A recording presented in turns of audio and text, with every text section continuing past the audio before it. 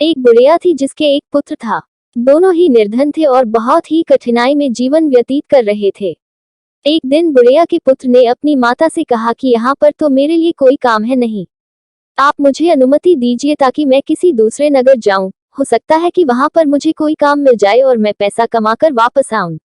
बूढ़ी माँ ने अपने बेटे को एक सिक्का दिया और थोड़ी सी रोटी भी यात्रा मार्ग के लिए दे दी। इसके बाद उसने अपने पुत्र को विदा किया। बुढ़िया का बेटा चलते चलते एक बाजार पहुंचा। वहां पर उसने एक बूढ़े भिखारी को देखा। वह चिल्ला चिल्ला कर कह रहा था कि है कोई जो मेरे जीवन के अनुभव को एक सिक्के में खरीदे। कोई भी उस बूढ़े भिखारी की बात नहीं सुन रहा था। इसी बीच उस युवक ने सोचा कि मेरे पास एक सिक्के के अतिरिक्त कुछ भी नहीं है, क्यों न यह सिक्का मैं इस बूढ़े को दे दूं। उसने यह सोचते हुए कि आजीविका का प्रबंध करने वाला तो ईश्वर है, वह सिक्का बूढ़े को दे दिया।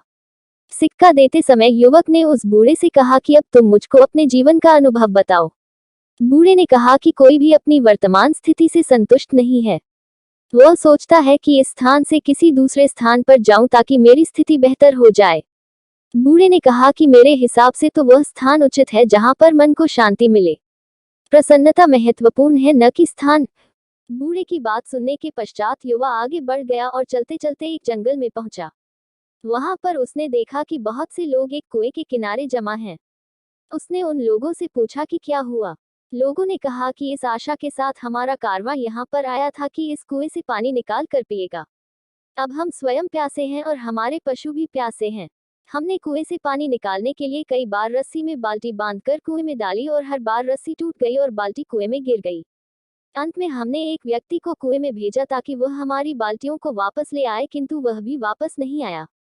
पता नहीं कुएं में क्या है। युवक जो अपने घर से काम के लिए ही निकला था, उसने यह सोचा कि इन लोगों को अपनी योग्यता और क्षमता को प्रदर्शित करने का यह बहुत अच्छा अवसर है। हो सकता है कि कारवां के लोग इसे देखकर मुझे कोई काम सौंप दें। उसने कारवां वालों को संबोधित करते हुए कहा कि यदि आप अनुमति दें तो मैं कुएं में जाकर देखूं कि वहां पर क्या है। कारवां वालों ने उसे तुरंत ही कुएं में जाने की अनुमति दे दी, क्योंकि वे स्वयं इस कार्य से डर रहे थे। उन्होंने युवक की कमर में रस्सी बांधी और उसे कुएं में भेज दिया। वह दीवार के सहारे धीरे धीरे कुएं में उतर रहा था। जैसे ही वह पानी के निकट पहुंचकर बाल्टियों को ढूंढने का प्रयास कर रहा था, एकदम से उसने एक बहुत बड़े काले देव को देखा। देव ने उससे कहा कि तुम यहाँ पर क्या कर रहे हो। देव को देखकर नौजवान डर गया। उसने देव को सलाम किया। इस पर देव हंसा और बोला, सलाम सुरक्षा लाता है। तुम मुझको एक सज्जन युवक लग रहे हो। मैं तुमसे एक प्रश्न करना चाहता हूँ। यदि तुमने मेरे प्रश्न का सही उत्तर दे दिया तो मैं तुम्हें यह अनुमति दूंगा कि कुएं से पानी लेकर सुरक्षित वापस चले जाओ। यदि तुमने मेरी बात का सही उत्तर नहीं दिया तो मैं तुमको भी उन्हीं लोगों की भांति यहाँ पर बंदी बनाऊंगा जो तुमसे पहले यहाँ पर आए थे। ऐसे में युवक ने सोचा कि तुम्हें क्या परेशानी थी जो यहाँ पर आए, लेकिन अब इन बातों से कोई लाभ नहीं था। अब मुझको ईश्वर पर भरोसा करते हुए देखना यह है कि इस काले देव ने क्या सोच रखा है। यह सोचते हुए उसने देव से कहा कि ठीक है, मुझको तुम्हारी बात स्वीकार है। तुम अपना प्रश्न पूछो। देव ने युवा से कहा कि यह बताओ कि खुशी कहाँ है। देव का प्रश्न सुनकर युवा ने कहा कि मालूम है कि खुशी तो धरती पर ही है। फिर उसने सोचा कि यदि मैं उसको यही उत्तर दूंगा तो हो सकता है कि उसे बुरा लगे, क्योंकि उसका घर तो अंधेरे कुएं में है। अभी वह यह सोच ही रहा था कि युवक को बूढ़े फकीर की बात याद आई। बूढ़े की बात जैसे ही उसके मन में आई, वह बहुत प्रसन्न हुआ। इसके बाद उसने देव से कहा कि जानते हो खुशी कहाँ है। जहाँ पर मन प्रसन्न है वहीं पर खुशी है। उसकी बात सुनकर देव बहुत प्रसन्न हुआ। उसने कहा कि तुम्हारी बातों से पता चलता है कि तुम बहुत समझदार और अनुभवी हो। तुमसे पहले जिससे मैंने यह प्रश्न किया था उसने मुझसे कहा था कि धरती पर पाए जाने वाले बाग खुशी का स्थल है, जबकि मुझको तो यही स्थान अच्छा लगता है और मैं इसे ही पसंद करता हूँ। देव ने कहा कि जाओ बाल्टियों को ले जाओ, मैं तुमको 3 अनार दूंगा। जब तक अपने घर न पहुंच जाना किसी से भी इस बारे में कोई बात नहीं करना।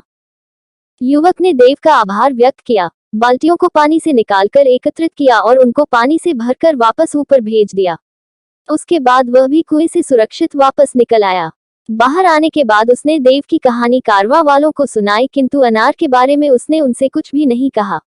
कारवां वालों ने उसका आभार व्यक्त किया। फिर युवक कारवां के साथ अपने नगर वापस आ गया। जब वह अपने नगर पहुंचा तो कारवां वालों ने उसे एक गाय और भेड़ उपहार स्वरूप दी। उन्होंने कहा कि हम कुछ समय तक तुम्हारे नगर में रहेंगे।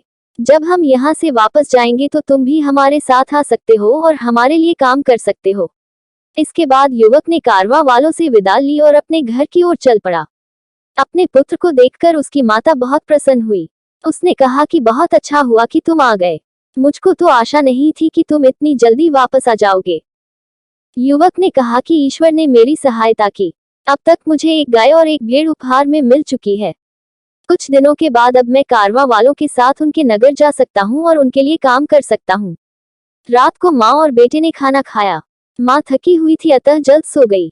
युवक ने अपनी जेब से एक अनार निकाला और उसका एक टुकड़ा काटा। अनार के दाने बहुत चमक रहे थे जो जगमगाते रत्न की भांति थे। युवक को पता चला कि अनार के दाने बहुमूल्य रत्न हैं। यह जानकर वह बहुत खुश हुआ।